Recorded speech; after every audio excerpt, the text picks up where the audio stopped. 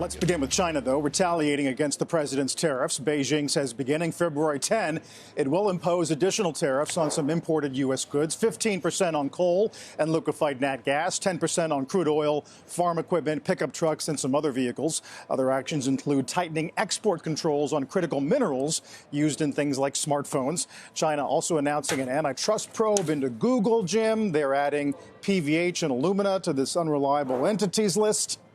I thought these were funny. PVH, what are they, buttons on the shirt wrong? Illumina, there's two other companies that do what they do.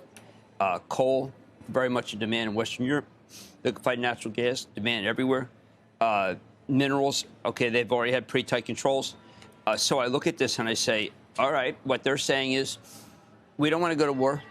So what we're going to do is demonstrate that we're going after some things that we know they're not important to you. We know it doesn't hurt any aspect, but we can't lose face here. We got to do something.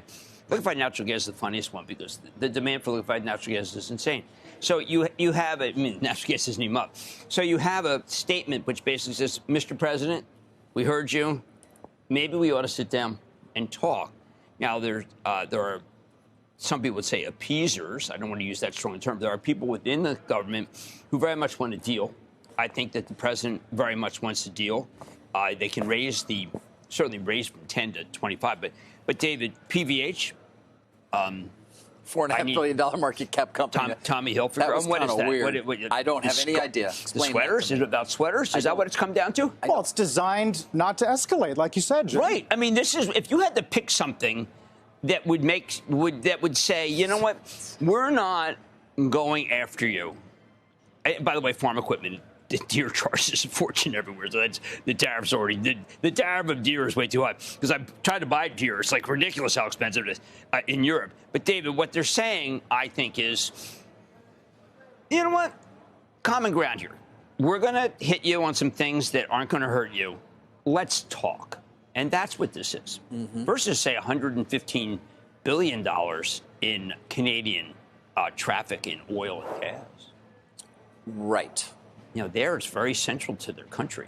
Here, I mean, it isn't like we threw a, you know, look, I mean, what do you want to do? You want to put a tariff on, I don't know, men's shoes?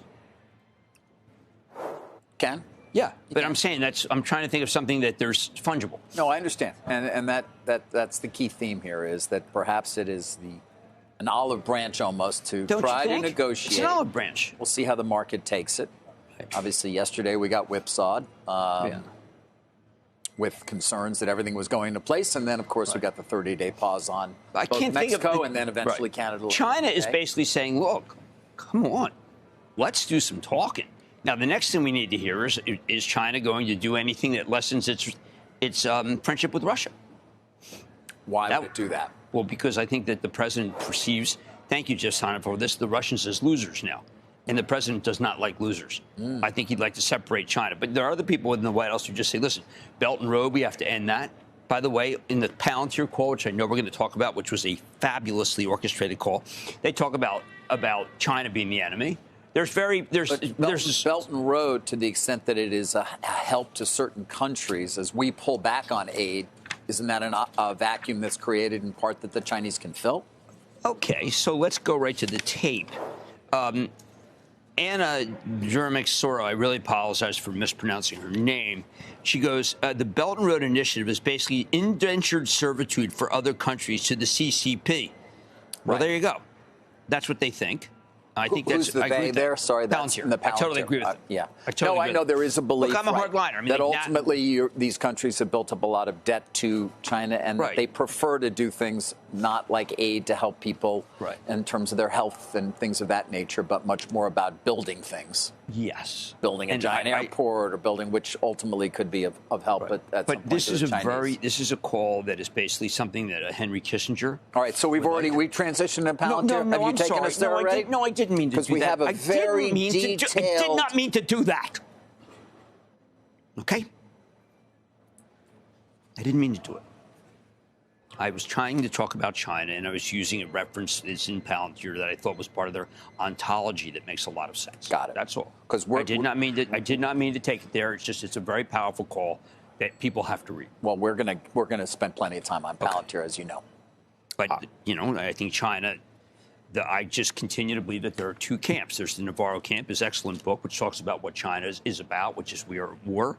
Palantir agrees with that. And then there's the China we want to deal. And we don't know where the president is. We just don't know. We don't know where he is. He's got conflicting voices in the White House saying, look, some saying we're at war and some saying let's deal.